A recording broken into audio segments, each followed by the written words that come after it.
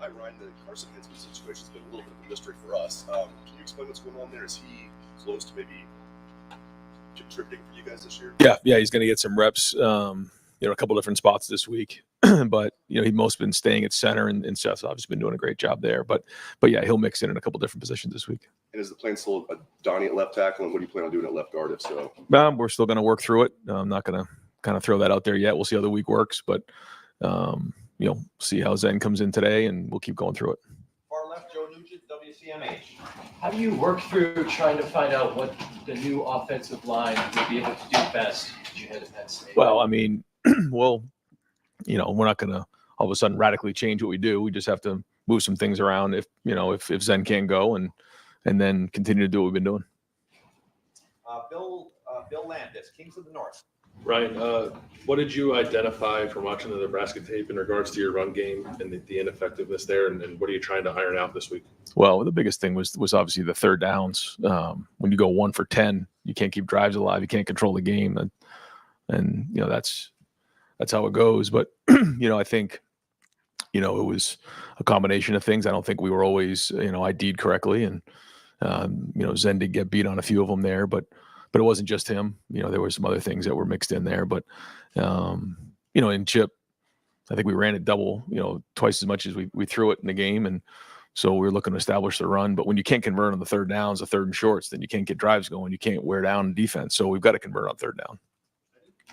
You can correct me if I'm wrong. I guess it didn't seem like there were a lot of those kind of like perimeter throws you guys would couple with the run game earlier on in the season in the Nebraska game. Is that just a game plan specific thing to Nebraska, or do you feel like you need to get back to some more of those complementary passes? Yeah. You try to, game plan based on what you're getting that week. And obviously the game plan didn't work very well. So we got to obviously reconsider it. Pat Murphy, 24/7 Sports. Ryan, James Franklin kind of left it up in the air yesterday about where they'll go with quarterback. Two different guys, two different styles. How do you prepare for two different quarterbacks for a big game when you've got so much else kind of going on as well? Yeah, we'll prepare for, both guys being healthy and ready to go. And, they both bring different things to the table, but both are very effective in what they do. So, we'll go based on what we've seen and what's on the film. But, yeah, we have to know who's in the game. Given that they've played both, even when Aller is healthy, does that help a little bit because you knew you had to prepare for some change up there? Yeah, I mean, regardless, we knew we were going to have to prepare for both quarterbacks. So, and both do things, they both do, they run, they throw, they both can do things very well. So they're both talented in what they do, just a little bit different in the way that, their skill set's set up. But like you said, we knew we were going to have to prepare for both anyhow. Far right, Adam King, WBNS. So we can watch it and we can say the run game's not working, maybe go away from it. But as a coach, what's the conversation like on the headset when you're trying to establish a run game? You're trying to learn in a Nebraska game versus, hey, we've got to get away from this because it's just not working. What's that conversation like? Well, the number one goal is to move the ball down the field. And, so that has to get done. But you also are looking to, control the game by running the football and making sure that, you're establishing the run and controlling the run and running the rushing yards. But when you look at it on the sideline, you got to identify what's going on in the game. And if it's an adjustment that needs to be made, or somebody, just, didn't execute it right, you're not just going to walk away from it. I mean, we were explosive when we shot the ball down the field, but that's not always going to happen. We have to make sure that we're establishing runs, we're staying effective. And then again, converting on third down, because the more at bat you have during a drive, the better you're going to be. When you're not converting on third down, you're not keeping drives alive. To go 1 for 10, I mean, that's just unacceptable. So, we're going to keep swinging at it because we got to make sure that we're doing it the right way and making sure that we're, winning the rushing yards, and especially in this game, we got to win the turnover battle. We got to win the rushing yards, got to win the X plays. And so, yeah, you got to go back to the drawing board and figure out what happened in the game, why it didn't get done, and get it fixed. Stephen Means, Cleveland.com. What went into the decision that Luke Montgomery ended up being the left guard when he moved out of the Jackson outside?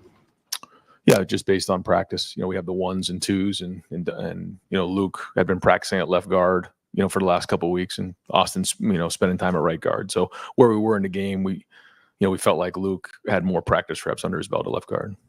And kind of to, I just asked you, obviously, yes, logically you control the game by running the ball. Maybe this is an oversimplification, but can you control the game by just throwing the ball as well? Is that, Like, listen, I mean, we all have to move the ball. So when we're throwing the ball, we're not running it. When we're running it, not throwing it. The bottom line is you got to convert on third down. So we got to do a good job on both sides of the ball in terms of execution. We got to put the players in a better position to be successful, and we got to move the football. That's the bottom line. So we can look at run, pass, this and every. I mean, the bottom line is we got to convert on third down. We got to have a balance of running and throwing, and move the ball down the field and score touchdowns. I mean, that's what it comes down to. So. We can talk to our blue in the face about, running and passing. You want to balance. You got to execute better. That's the bottom line. Spencer Holbrook, Lettermen Row.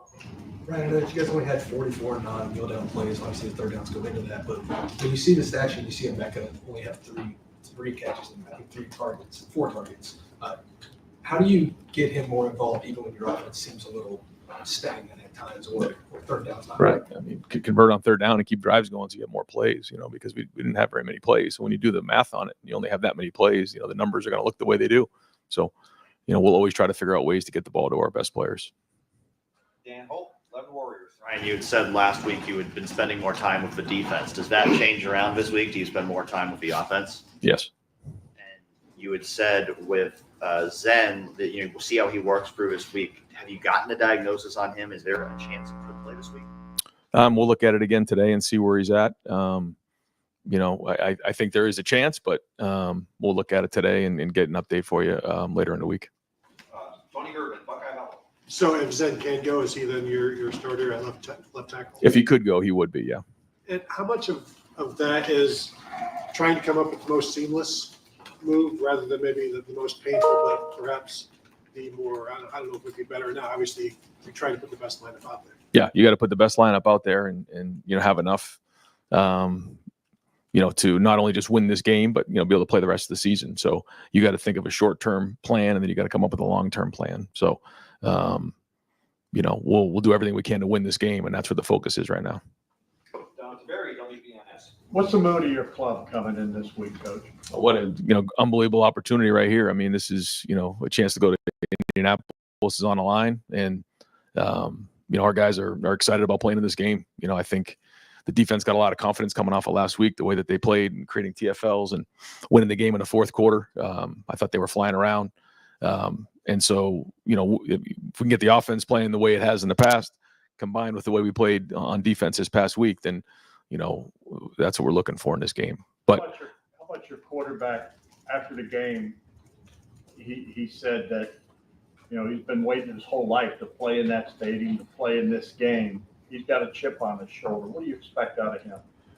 Yeah, just like everybody else. I mean, for Will, he grew up in Pennsylvania, so I guess that's a little bit different for him. But for everybody else, I mean, again, just like the Oregon game was, this game's been, circled on our schedule. We know what's at stake here, so we're gonna have a great week of practice, great energy in practice, and we're gonna go into that environment and go, finish the way that we didn't have an opportunity or we didn't do, 2 weeks ago. And so now we have another opportunity to go do that in this game. So now we got to go finish and win the game in the fourth quarter. We know it's going to take 4 quarters in this game. It always does when you go play in this environment.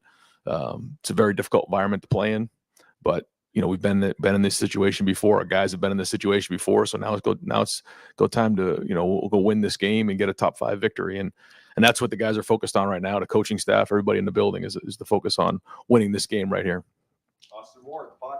Right, you mentioned the tackles for loss and finishing the game in the fourth quarter on defense. After that 2-week stretch, how different was Saturday for the defense? What was the evaluation overall there? I thought we played with more precision. I think we got lined up faster. I thought we played with better pad level. I thought we played faster. Just everything about it was crisper to me than it was certainly in the Oregon game. Now that game has been played, what was the one thing you wanted changed the most? Yeah, I mean, that's a good question. I'm probably not going to get into it right now. But I mean, there's a lot of things that came into play, and I'm going to kind of leave those questions right now for in the meeting room, or, leave those conversations for in the meeting room. But, the bottom line is, it's our job to make sure we're putting our guys in the best position to be successful. I know I keep saying that over and over again, but we got to do that as coaches and allow them to play fast. And we got to do that again this week. These guys, throw a lot of stuff at you. You got to be able to handle it. And, we want to make sure that when the game comes down to the fourth quarter, our guys are able to go play and win the game in the fourth quarter. Got to be able to do that on offense and defense in this game. It's a coach's job to make sure that happens. Dylan Davis, Delaware Gazette. Sticking with the defense, over the last 2 games, there's been a sizable gap between your starting 4 snap count and the guys behind them. Are you comfortable with that? And is that just a matter of those guys need to be on the field, those are your dudes, and they need to play more, or how's that shaking out? No, I mean, I definitely think we want to rotate guys, but when the game's on a line like that, we got to make sure that we're getting stops. We did that. We'll have to do that again this week. But yeah, I mean, we got to get K-Mac mixed in more, Hero mixed in more, Kenyatta, Caden Curry, and make sure that our guys are fresh in the fourth quarter. Joey Kaufman, Columbus Dispatch. Ryan Jeremiah obviously came in here with high expectations, and he's had a touchdown in every game. As far as him living up to those expectations, what has allowed him to ultimately do that? Well, his consistency and the way he practices is very, very mature again for a young player. And now you're getting into the second half of the season, and sometimes some of those freshmen can start to, fray a little bit. That's not the way he's been. I mean, he's been better every week, the way he's practiced, the way he's, handling himself and his preparation on a week-to-week basis, taking care of his body, making sure he knows the game plan, getting himself to, ready to go play in these games. And I thought for a young player, he handled the environment a couple of weeks ago really well. He's going to walk into another environment here, but he'll be ready. That week of preparation right here leading up to the game is going to be critical. But up to this point, that's been excellent. The way he is on the field, he doesn't want to miss reps. He'll stay after practicing, make sure that he's running the reps with the quarterbacks to make sure the timing is right with Will. So all those things lead to execution on the field. If I can follow up earlier on Zen, you said if he can go, he would be the starter at left tackle. What was your evaluation of him on Saturday?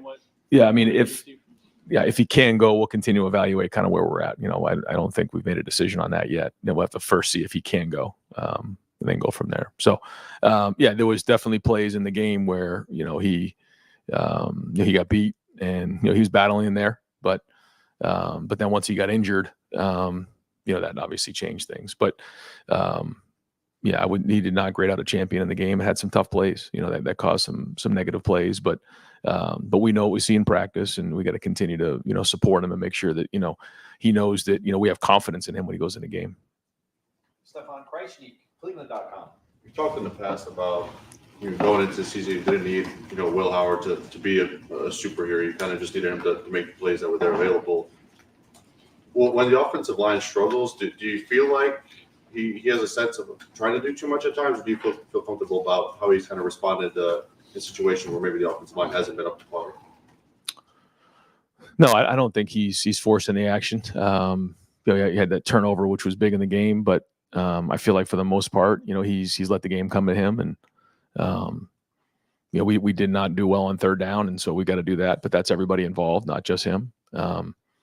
But we need him to play well in this game. He's not the only one, but he's got to take care of the football, and like you said, make the routine plays on first, second down, play well on third down, and score touchdowns in the red zone. Andy Backstrom, Lettermen Row. Yeah, Ryan, is there any status update on Lathan? And then secondly, what was your impression of the way the defense handled his absence with that rotation that we saw? Yeah, we're excited to get a full week of practice out of Lathan, so we'll kind of see again how the week goes with him. But good to know that we built some depth back there for Jordan Hancock to move into another position going into last week's game with just a week of preparation. I thought was excellent, and so we do have some flexibility there, moving him around. I thought Lorenzo Styles and Jermaine played well in that game as well, both graded out. So that was good to see because obviously the depth back there was a little bit of a concern, but then Jalen McClain, gave us some quality reps back there. So there was quite a few guys getting reps. So, now we'll go into this game now with Lathan, coming back, kind of figure out what that looks like going into it. Cameron T. Robinson, The Athletic. With Tiger and Austin at right guard, how has that been? And have you wanted to see more separation from the two than you have, or have you seen that? Yeah, I think they're both, playing solid football, but yeah, we'd like to see them both take the next step. On our bell, what's the word you got from the Big Ten about that targeting call and that he didn't think this?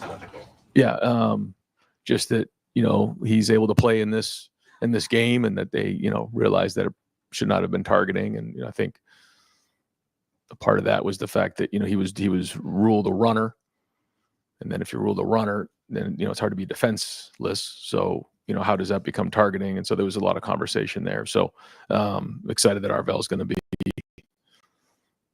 with the team this week, and fired up for him. Jeremy Birmingham, podcast. Ryan, most of the offseason and through the summer, there was a ton of talk about how this veteran team, the most veteran team you've had, lots of player-led stuff through the summer. As you've gotten into now November, at least outside looking in, it seems like a lot of the leadership is coming from Will, Caleb, Seth, guys that weren't here in the past. Is that accurate or a fair assessment? And if it isn't, can you give a little insight into which guys that are holdovers are actually leading this team? Yeah, I think Cody Simon's been excellent. I thought he played one of his better games this past Saturday. I think you really feel Jack when he's out there. He's strong. I mean, he loves the Buckeyes and just drives everybody in practice. You feel and hear him a lot. Lathan, not having Lathan there, was, but I thought even on the sideline, Lathan was in it the whole time. So it was good to see him support his team. He's a vocal leader for us there. On offense, like you said, I think Will's really done a good job of that. I think, Mecca as a wide receiver, is a great leader. And I think Seth has really taken on the responsibility of the guys up front. But, when you go 1 for 10 on third down, execution fuels emotion. And, when you're not converting on third downs, it's hard to get your rhythm going. So I think, the guys were a little bit frustrated on Saturday. So we got to do a better job executing and converting. If I could just spin off of something totally different. As an offensive play caller, when you're looking at your offensive alignment and you see defensive ends and like wide line stuff, how does that change the way you would attack a defense? Well, yeah, I think every defense has its own, approach to start with. And, sometimes, it's outside, playing defense where you're kind of forcing everything inside, or it's an inside playing defense that's kind of forcing things outside. And just depending on, how that coverage is set up, how the front is set up, it has a different philosophy. Bill Rabinowitz, Columbus Dispatch. Yeah, you said before that if Donovan needs to be the next option to move to left tackle, is that still the plan right now? And how many reps, how often has he gotten reps at left tackle? What would your level of confidence be with him? Yeah, we've practiced him in the past, knowing that this could be a situation that we may need to go to. And so we'll get him some more this week. And, we feel like he's a veteran guy who's played a lot of football, and, we'll have to continue to identify the things that, he's going to do well and the things that he's going to, need more and more reps at. But this is a veteran player who's played a lot of football. Bill Carter's obviously a really good edge rusher. They've got a bunch of them. Yeah. How big a concern is just that matchup, their defensive line against your offensive line? Yeah, he's excellent. And it's not just him. I think they have a lot of good players on defensive line and on defense in general. So you certainly, got to know where 11 is on the field. He's dynamic as a player. So whether it's run game, pass game, I mean, you got to really do a good job with him. And I think, like you said, there's other guys on that line that are really good as well. So it'll be a challenge for our guys, and so we got to have a great week of preparation. And I think our guys are going to be fired up to play in this game. And I think it's a great challenge for our guys up front coming off of last week. So we're in it now, and we got a lot in the line this week, and so here we go. We got to go win this game. We'll wrap things up with Tim May, Lettermen Row. Thanks, Jerry. Ryan, just two quickies. Number one, I know you can't talk about it too much, but the concern level of the replay review immediately in the stadium, in the command center at the Big Ten, not finding what was found later when the explanation was done. Where is that, I don't know, in your concern level from the standpoint of there was a fumble on that play and Ohio State got the football. You understand what I'm saying? Yeah. So it doesn't do any good on Tuesday to get, something fixed. So I guess what kind of concern have you voiced about that you can maybe impart? Well, as you can imagine, there's been a lot of conversation, and it's gone on for quite a while, but it started most recently, when Denzel had his situation, and we talked about being a little bit more, not being as technical with it. And then we kind of got into this weekend, and seems like we kind of fell back into that a little bit. So without getting into the details of all the conversation, it's very difficult to try to coach these players on what exactly to do in that situation. And so, I think what Arvell did in that situation is about what we'd expect someone to do and react in that moment right there, trying to go win the game with the game on the line. And, he keeps, from what I believe, he keeps his head out of the tackle. And so it's frustrating to think, with everything on the line, and, you're trying to teach the guys what to do, to be put in that situation is very difficult. Now, I give the league, the league credit. I think the easy thing to do would have been just to, say no, but they did at least stand up and say no. That should not have been targeting in that moment. Yeah, I mean, nobody's more frustrated than me. But I keep going back to the fact that we have to leave no doubt, and I think that the way that we finished that game, even though, that was the worst case scenario. Not only do you get the 15 yards, but it's the completion, so you get the ball where the fumble was, and you get the yardage tacked on. So, but you know what? It was a good challenge for our defense to say, hey, no matter what happens in this game, we didn't get that call. We got to get off the field and go win the game. And we did that. And so to me, like that's the biggest lesson here. Like, it's going to be the same thing on Saturday. I don't know what's coming, and I'm not, expecting to get a bunch of calls because, it doesn't seem to just happen for us. So we got to go win the game and leave no doubt and win convincingly. That's the goal. And so coming out of the game, I think for our defense to build confidence, knowing no matter what happens, we got to get a stop. There's nothing we can do about, what the calls are. And one of the quick, for just an average fan watching that game Saturday, you had two big pass plays, and not until you really needed a touchdown did you get the drive. You know what I mean? And what just came right about that drive, and how frustrated were you and Chip about trying to figure out that, or whatever term you want to use, conundrum, puzzle that Nebraska was causing you, and all of a sudden, y'all made it look easy. Just. Well, can you explain to an average fan what kind of happens there? Yeah, first off, like I said to our team, and I said, what happened the week before with the Nebraska-Indiana game was not going to be the same team that came in here, and they played well, and they have a good team, and Matt does a nice job, and so it was frustrating. You could see me on the sideline, and it was extremely frustrating, and so there's a lot of things that we got to take from this, but. What hasn't happened in some of the other games is when you get to the fourth quarter like that, when you're in the games in the balance like that, you got to go win the game. And that's what happened. We need to put a drive together. We did. We need to get stops. We did. I would love to have seen us, when we got the ball back, finish the game in a 4-minute drill. That didn't happen. So I guess the thing that come out of this game and positive is that, when you get to the fourth quarter, we got to execute and win the game. That's it. The statistics, the score, none of that really matters. Go win the game. And that's the way it's going to be here Saturday at State College. Yeah. Okay, you guys got it.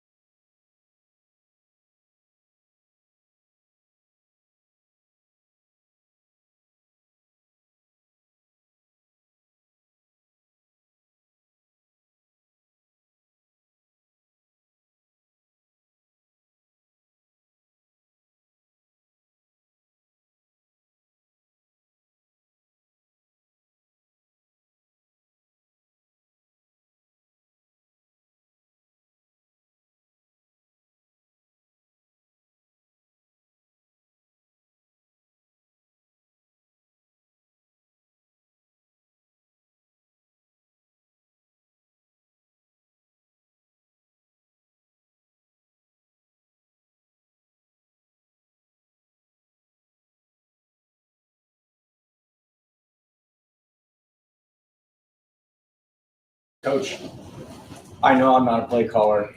I understand that, and it can be sometimes from fan perspective to say, hey, these other teams are running trick plays and they're trying to get the defense off and running flea flickers and stuff. When you look at that, how much do you consider adding a wrinkle like that in a big game like this? In a big game like this, well, we think every game is a big game. So all of our game plans are specific for our opponent. So, it's easy to say, hey, you should do this, this, and this. Well, does the defense, are they good at that or are they not good at that? You know what I mean? I think you're always looking for a weakness in the defense that you face. And I think each defense that you face from every opponent is different, not only from a schematic standpoint, but from a personnel standpoint. So you spend all your weeks trying to prepare for who your opponent is, both scheme-wise and personnel-wise. And there are trick plays sometimes that fit in there. There are sometimes trick plays that don't fit in there. But, I obviously understand that the trick plays they're fun to watch. They're also the negative part of the trick play can put you in a really adverse situation. So, I think we're always trying to get positive yards on first and second down to make sure you can get into workable third downs, and you want to make sure that you're taking care of the football. I asked Ryan, obviously you want to be able to run the football in a game like Nebraska. So you're running it, trying to develop that and grow that. At what point in that game do you have to say, okay, we've just got to go win the football game? And how does that change the play call? Yeah, I don't think it changes the play call because our game plan going into the Nebraska game is that we have to run the football to develop our running game. Like we're at a point where we're not trying to develop anything right now. We're trying to win football games. So, what's our best chance against what they're doing? And then obviously you can have plans going into the week, but sometimes that plan changes as the game starts to express itself, as you start to see, what the matchups are like. You have an understanding going into the game, what you think the matchups are like, but they may not be what you think they are as the game goes along. So then you have to adjust within the game. Jeremy Birmingham, podcast. Chip, is there, as you head into a weekend like this where you're going to probably see a lot of pressure, again, you're talking team-specific, scenarios, but does that maybe force Will to be more involved in the run game? That, like, as you head into these days of practice, is that something that you're thinking about? I think it depends on who you're playing and what they're doing. Sometimes people generate pressure by just rushing four guys, and that doesn't, and they're playing coverage behind it, and they can do a good job of taking care of your quarterback. Other people's version of pressure is to blitz 7 or 8 guys, and there's an opportunity at those times when there's a hole in what they're bringing at you that you can pop something like that. So again, I think it depends on each team. The one thing I know about this team is that they're extremely sound. They can generate pressure with just their front four, and I think that's one of their strengths. I think their 2 defensive ends are as good as we'll face. They got a really good interior defensive tackle in Durant that can generate pass rush. So, I think the luxury when you have a defense where you can generate pressure with just the front four, then you can play a little bit more coverage, play a little bit closer to receivers because you think those 4 guys are going to come home. So their blitz percentages aren't as high as some of the teams that we play because those 4 guys up front can generate that pressure.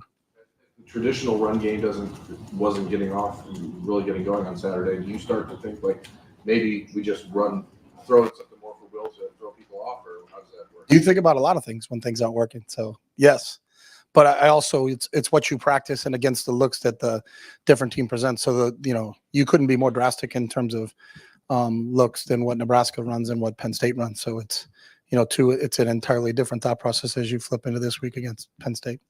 Cameron T. Robinson, The Athletic. Chip, you've been pretty innovative and versatile with your offense in your career. When you look at what Coach Mickey's doing at Penn State and what they have going with Tyler Warren, what are your thoughts on I haven't watched a ton of them. I watched a lot of them when he was at Kansas last year, but I'm not defending him. So Jim and those guys on defense have spent more time studying him.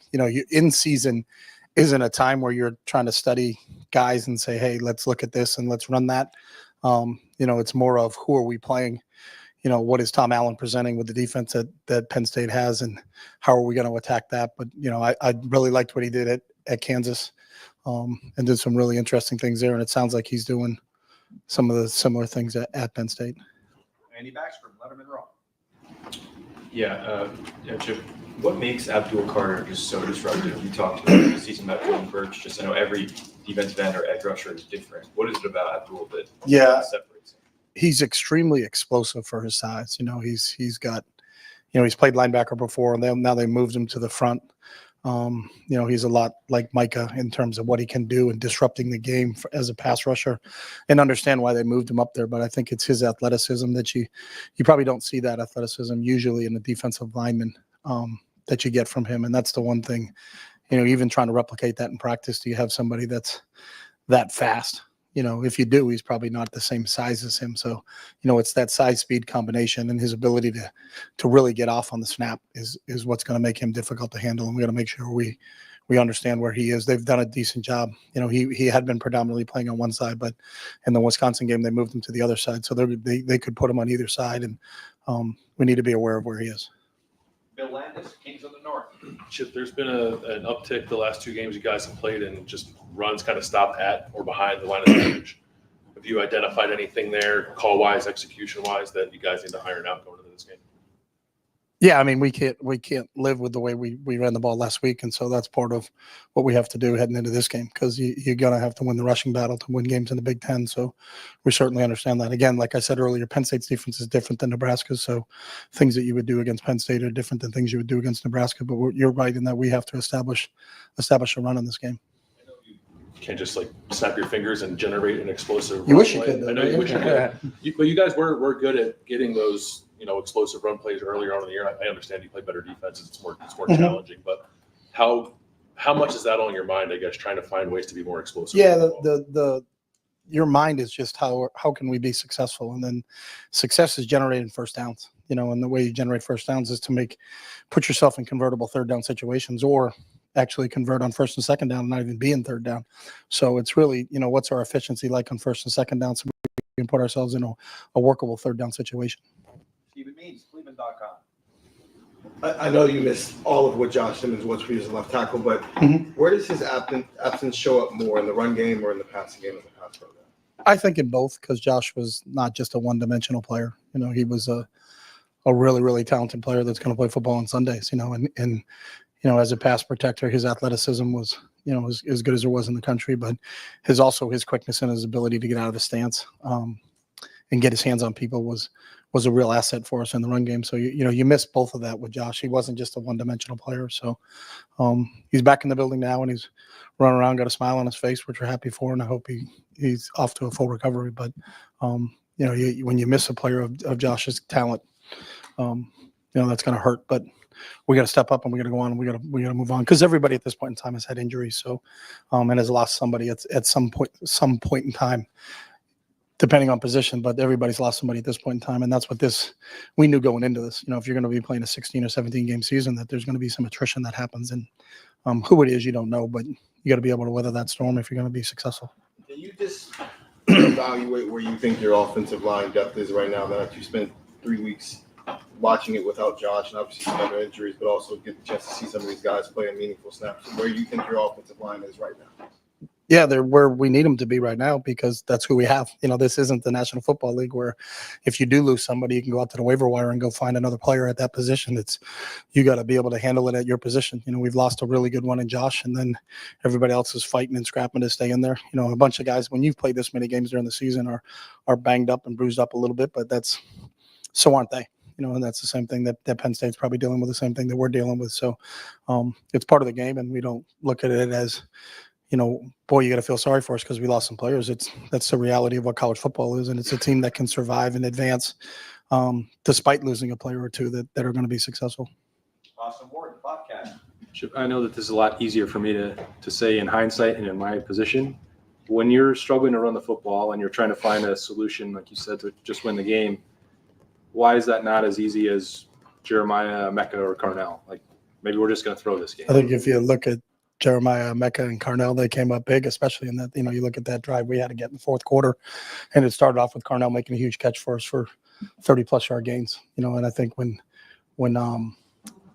but it's not as easy as what you're saying, because if they're going to play coverage over the top of them, then sometimes you can take an individual receiver away. So if you look at Saturday's game, we just got to do a better job on third down. If we didn't really convert the third and shorts, we had a 3rd and 1 we missed, we had a 3rd and 2 we missed, we had a 3rd and 3 we missed, we had a 4th and 1 we missed. If we converted in short yardage situations, I think it would have been a different outcome. But we have to be better in short yardage, and obviously this week that's a big part of the game plan.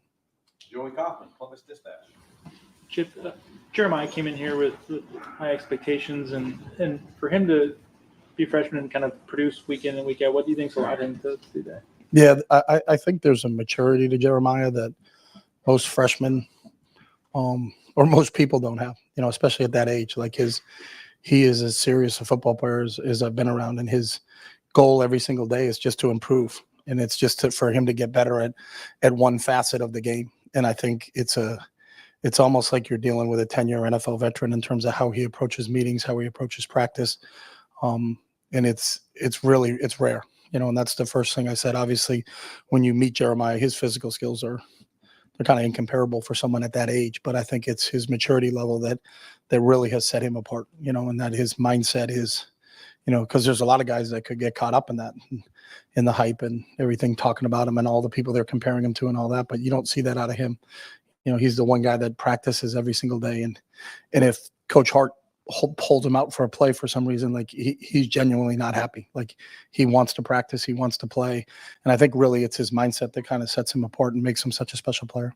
Have teams at all defended him differently as the season's? People have leaned safeties to him and try to get people over the top of him. And I think we moved him around a little bit. The play he scored a touchdown on, he was lined up inside at receiver and not outside at receiver.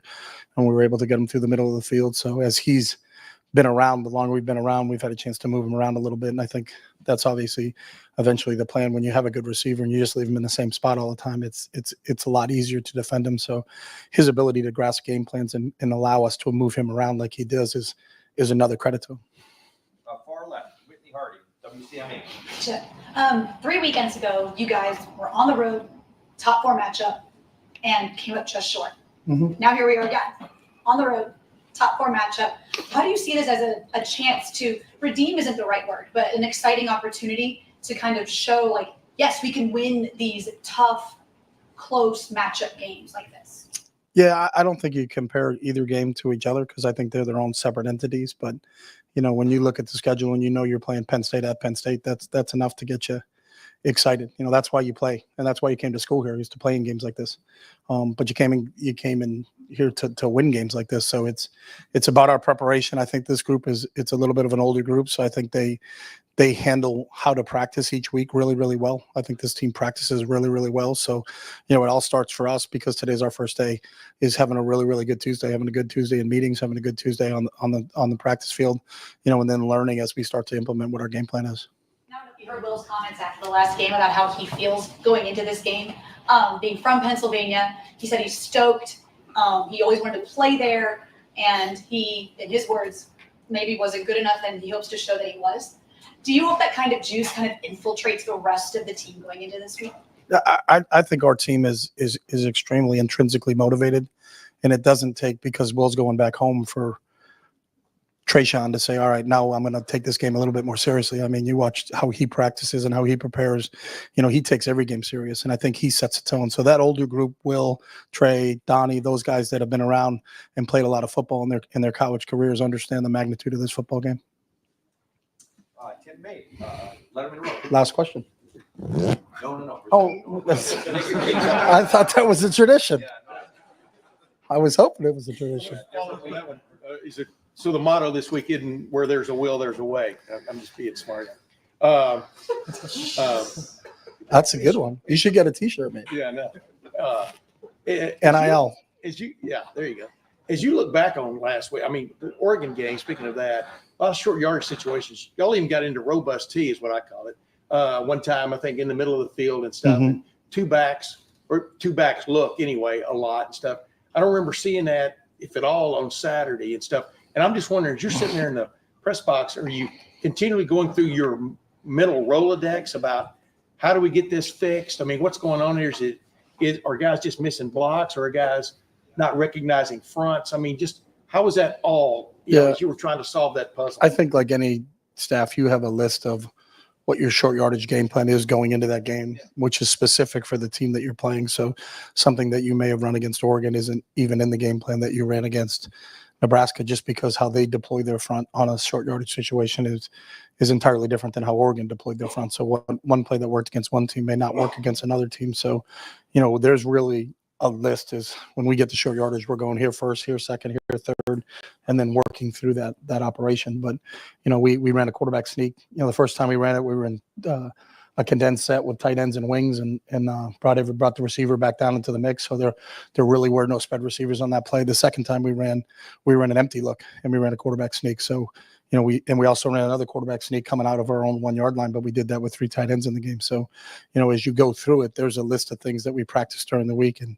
we're calling what we do on Saturday based upon what we did during the week because of who our opponent is. And so, but when you come off a game like that where literally the work on third down was poor, you know what I mean? The conversions on third down was poor. Do you just throw that in the trash? I mean, what, you know what I mean? I guess what I'm asking is, what do you think y'all got wrong in that respect? Because all of a sudden it came right on the last drive, of course. Yeah, and that's football. I don't think there's not one perfect play call to call all the time. If you did, everybody would do it. I think it's a combination of the situation, what happened, what was the snap count, what formation were we in, how did the defense react? Did they react the way that we thought they were going to react and put people in the places that we practiced what we thought they were going to be in? So it's all a combination of that. When you're going to be successful on third down, it takes a lot of work and takes all 11 guys and the play caller being on the same page. Bill Rabinowitz, Columbus Dispatch. Chip, you said, Ryan has said many times, there's no waiver wire in college football. You lost Josh Simmons, obviously. This team still has the same championship aspirations it always has. Sure. How confident are you as an offensive coordinator that this offensive line, as it is right now, can take you there? I'm very confident.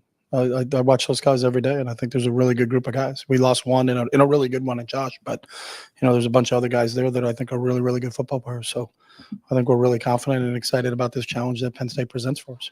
And if Donovan has to move to left tackle, what's your level of confidence with him? Obviously, he's a very good guard for play tackle in a game. Yeah, I think Donnie could play anywhere on the offensive line. He's that type of player, and I think the best combination is, I think first off, got to find out exactly who's healthy by the time game time rolls around, and then we'll put together what we think is going to give us our best opportunity there. But we're extremely confident in Donnie if he had to go there. And final question, Tony Gertman, Buckeye Huddle. Chip, aside from the 2 runs for 70 yards for Travion against Oregon, Travion and Quinshon have averaged about 2 yards a carry the last 2 games. Is there any common denominator there for why? I wouldn't say there's a common denominator. I think on each specific play, there's probably a reason. Is it a missed block or a misread, or did we, have a check that we're supposed to do? So there's always a lot of different reasons for it. If there was, then it would be easily you wouldn't do it again. You know what I mean? Does that make you feel better or worse about it than, I guess, if it's Well, you don't feel good at all whenever you don't convert when you feel like you should be converting. So, but it's all of us, and it starts with me as a play caller to put ourselves in situations where they have an opportunity to be successful. So that's part of what we do during the week in terms of putting game plans together. with Will, how much of last week did he have the opportunity to read more, or keep as much as he has in previous games, or were those more handoffs? No, there's probably the same fair share in every game, but it also depends. I think, when people, maybe a misconception is, well, you got to run the quarterback more, but if that defensive end doesn't squeeze down and allow the quarterback to run, then they're allowing you to hand the football off. So they want you to hand the football off. So a lot of that part of the game, just in that specific play on zone read plays, is that not every zone read play does the quarterback keep the football, because if the defensive end does not close down, that's his read, then his job is to hand the ball off. So if you're on defense, you could try to take away a lot of different things. It's just, what do you want to take away? We haven't had many specific, just straight snap the ball to the quarterback and have him run the quarterback power, like Tim Tebow would do back in the day. That's not what we are with him, but I think he can hurt people with his feet, and he has. But you're also leery of, when you have a quarterback, is that's great, and then he has a gain of 20 and gets knocked out of the game. So now one of the best abilities of a quarterback is availability. So do you expose him? That's why, besides Lamar Jackson, you don't see much run in the NFL, because you pay a guy $24 million to throw the football around. You don't want to have him running around and getting hit in the head and then knocked out of the game, because it's a physical football game. So there's a fine balance of that. It's easy to say, we should just run the quarterback more. Okay, but what does that do, and what toll does that take on the quarterback? And if that happens, then is your quarterback knocked out of the game? And if that's the situation, then what does that do? How does your offense change, or does it change or you go on to the next guy? So that's the dilemma, I think, that every football coach has when you have a quarterback that has the ability to run, is that how much do you want to run him and expose him to hits? Because that's part of what happens. Because when he drops back, he's going to get hit. I think there's a lot of shots that quarterbacks take that, it's a really, really tough position to play, just because of the toll that it takes on your body. So you got to be conscious of that a little bit in terms of saying, hey, all right, let's just come out and say we're going to run the ball. We're going to run Wilf 25 times against Penn State. Well, all right, is he going to be available for the rest of the season? I don't know about that. So, Coach, thank you very much. thanks, guys.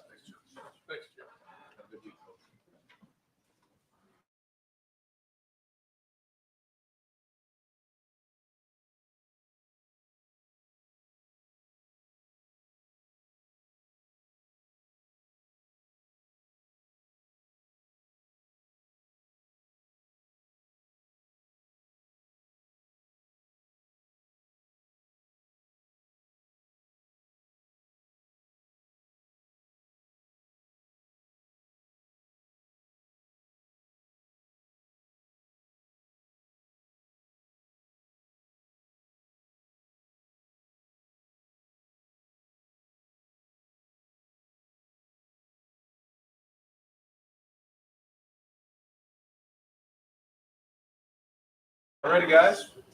Got a little time with Coach Knowles. We'll start with Joey Kaufman, front row coach.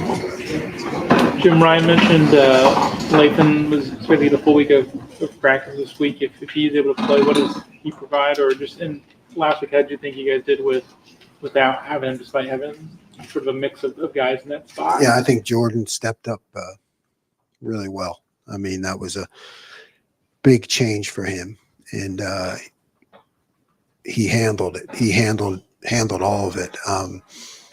Having Lathan back, the experience, the run stopping capability, I think that helps us for sure. And then Jordan can go back to nickel, based on how Lathan really holds up this week. We'll go in the middle here. Dan Hope, one word. Jim, it seems like the last couple of weeks you guys have had some trouble with quarterbacks stepping up from the pocket, being able to take off and run. What are the things that you guys need to do better to not allow that to happen this week? I think we need to, when we do decide to bring pressure, we need to be on our assignments and our gaps. I think anytime you bring pressure, there's a chance to create creases. And then, just keep working on our rush lanes. It's not easily done. When you want guys to throw moves and get pressure, there's going to be some seams. So it's just a constant process of working on it. It did seem like there was a concerted effort to do more stuff schematically in the pass rush game last week. What kind of an emphasis was that over the last 2 weeks?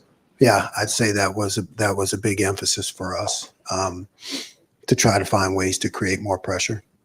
Go on to Iowa here, Dylan Davis. Jim, we hear so much about, keeping guys fresh along the defensive line and having that rotation. There's been a sizable gap the last 2 weeks in your top four and what's behind them. Thinking with a guy like Caden McDonald, are you comfortable with the snaps these guys are getting behind your top four? Yeah, I'm comfortable with whatever Coach Johnson deems appropriate. He's around those guys all the time. He manages those guys, and he knows what he's doing. Fifth row, Cameron T. Robinson. Jim, kind of on the pressures. You guys blitzed on third down more than you guys had all year. What did you see that you think works? Then what do you think can tighten up? I guess even Braille looking down the pocket there sometimes. Yeah, I think it worked.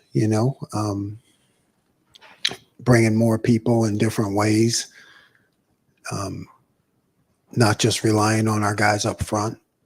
Trying to give them chances for matchups and just create more looks. When the quarterback gets out against a pressure, it can be a big deal. So we just got to keep working on it. A guy like Lathan back, maybe it frees up Caleb a little more, do some more things. How much more versatility does that give you when you want to send pressure to different areas? Yeah, I think it changes things. You have a veteran guy who's done it, who can adjust to different formations, and we're going to see a ton of different formations. So I think it does allow you to do more. Go second row on the aisle, Bill Lance. Jim, I know stop rate is a key metric for you in these matchup games, like the one you're about to play. The fourth quarter stop rate has been, I'd imagine, far worse than you would like it to be. Yes. What have you identified, I guess, as any kind of commonality in those situations? And I guess what's on your mind thinking going into a game against Penn State that probably will be another four-quarter game? Yeah. Just fundamentals, I mean, I think when you're away and it's loud and, you have to really go back to your basics and you have to be able to line up fast and adjust to 1,000 different formations. And you can't get too cute. You really just have to go back to your fundamentals and your basics when you're in those situations. On the topic of what you were just asked about defensive line rotation, what is your role? What should your role be as the coordinator in making sure the guys that you want on the field are on the field? I understand you want to empower your position coaches, and they are around those guys the most, but should it come down to ultimately what the guys that you want on the field rather than any singular position coach? No, I think it always has to be it always has to involve the full group, including the head coach. I mean, you have to operate as a team. You always want to defer to the position coach. There are other opinions, that people have, and we all work together on it. But it's got to be all together. Go right in front, Austin Ward. Jim, when this team goes with that Rushman look and has Caden and Kenyatta inside and JT and Jack staying on the outside, what's the thought process there? I am an amateur. You are an expert. Just the eyeball test would tell you that maybe those should be flip-flops. Yeah, I think it's a constant experimentation. I think who's good at what. I remember a play earlier in the year with Caden matched up on a guard, and he whipped him and got the clean sack. So I think there's a lot of experimentation there, getting people in the right spots and just seeing who works what best. Deep center field, Jeremy Birmingham. Jim, how do you coach a player out of defensive pass interference situations? And is there a moment when a guy like Jimmy Matthews, who's playing sparingly this year, you almost have no choice but to say, we need to put this other guy in there, because it seems like Davison has been kind of spotlighted by officials for his handsiness. How do you guys coach that? What's the process into changing it up? Yeah, we have to help them. I mean, one of the ways is to, which we'll be doing this week to help Davison, is to use gloves during practice. We got to put the gloves on him, so that he can't grab. I like him being physical. I think you just have to keep coaching. There are times, okay, you've won, you're in good position. You can't latch on. You can't latch on at that point. But I still want him to play physical. I just like the finish to be different, and we got to find ways to help him. This past weekend, it seemed like Denzel and Davison maybe flip sides to start the game. What's the thought process behind that? We feel that Davison is better being up more, and fighting at the line of scrimmage more. So, the thought is to switch those guys to put them into those positions. Front row, Dave DeBill. Jim, Penn State has a first-year offensive coordinator they brought up from Kansas. It seems like they're doing a lot more innovative stuff this year. What have you seen from them this year offensively, maybe that's different than the last 2 years when you guys faced them? Oh, yeah, it's a lot different. There are multiple formations and shifts. I mean, like all the time. So all of that window dressing to create stress on the defense, that's really a lot different. And then you add in the quarterback run game. That's a lot different. Fourth row middle, Tony Bergman. With targeting and on-field grounds disagreeing with replay officials disagreeing with the Big Ten agreeing, disagreeing with the NCAA. What is an acceptable penalty for something that two people in a row can't agree on? I don't know if I have that answer. I think everybody's trying to work through protecting the players. You don't want to see any shots to the head or anybody lowering their head. I mean, that's how I see targeting. Keep your head up. Don't hit the other guy in the head, and keep your own head up. To me, that's a pretty good definition, and that's for the safety of the players. Should a player lose a game for something that three different people can disagree on? Mm-hmm. Yeah, that's above my grade. I mean, I don't know. Here to the front center, Bill Rabinowitz. But we did free Arvell, right? We freed him. Free Arvell. Free Arvell. I'm curious how you kind of look at last week's defensive performance. I mean, you held Nebraska to one touchdown. You had goal line stand when they had the ball at the 7-yard line. Yet they also had a bunch of chunk plays. It was a step forward, obviously, from Oregon, but Oregon's really, really good. Yeah. I mean, how do you view where the defense is right now? Yeah. You're right. From that week, we improved our performance, but I still not good enough. I mean, we know that there are too many explosives. I mean, we have to eliminate those explosives. That's a key to winning games. Even more so than turnovers. If you look at the analytics, it's all about the explosive plays. So I think we need to tighten that up.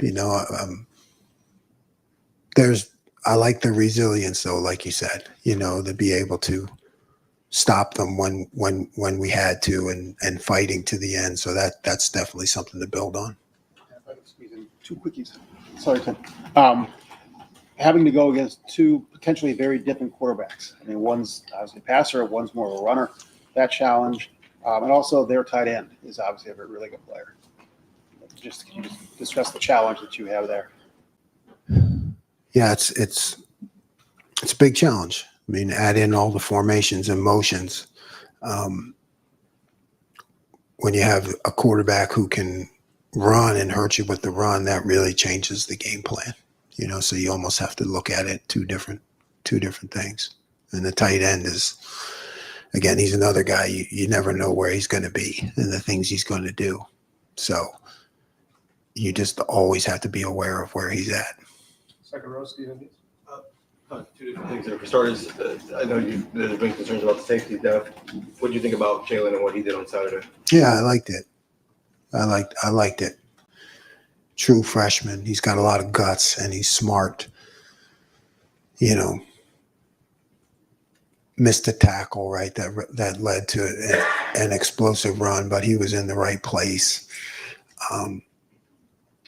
Made a great play on that over route. Really heads up play for a young kid. So I really like his progress and his improvement. And I think on all three of your sacks, you sent blitzes that got them there.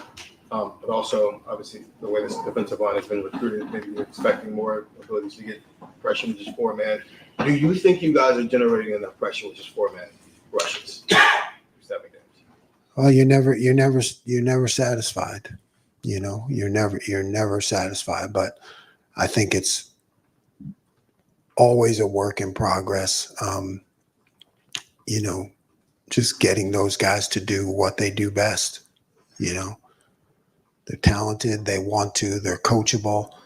So it's just a constant growth process. Wrapping up here in the front, Tim May. Thanks, Michael. Do you tell JT this week, just do what you did 2 years ago? I mean, is that the plan? Absolutely. Yeah. Now, following up on that, how pleased? I mean, I guess how disciplined do you have to be when they do throw all that eye candy, that window dressing at you and stuff. What's the last thing you'd like to tell a player before he takes the field against a defense, against an offense like that, where they will mix and match, but really kind of run some basic stuff out of it? Yeah. Do your job. I mean, it boils down to that. Do your job. When it gets to be a lot of those things they do, particularly with this quarterback, it becomes like an option game. You have to be really focused on doing your job. And Denzel Burke, did he have the bounce back game you kind of wanted for him last week? Because obviously he had a tough time at Oregon, at least for a quarter and a half or so. What do you think he got out of that? Do you see a little bit of difference in him this week? I don't see a difference. I mean, he's always competitive, always wants to get better. But yeah, I'm proud of him. I thought he bounced back. I think they went after him a couple times, and he did a great job. So I mean, I thought it was a strong performance by him, which you're happy for him to be able to be resilient and bounce back. All right, Coach, thank you. Thanks, Jim. Thanks, Jim.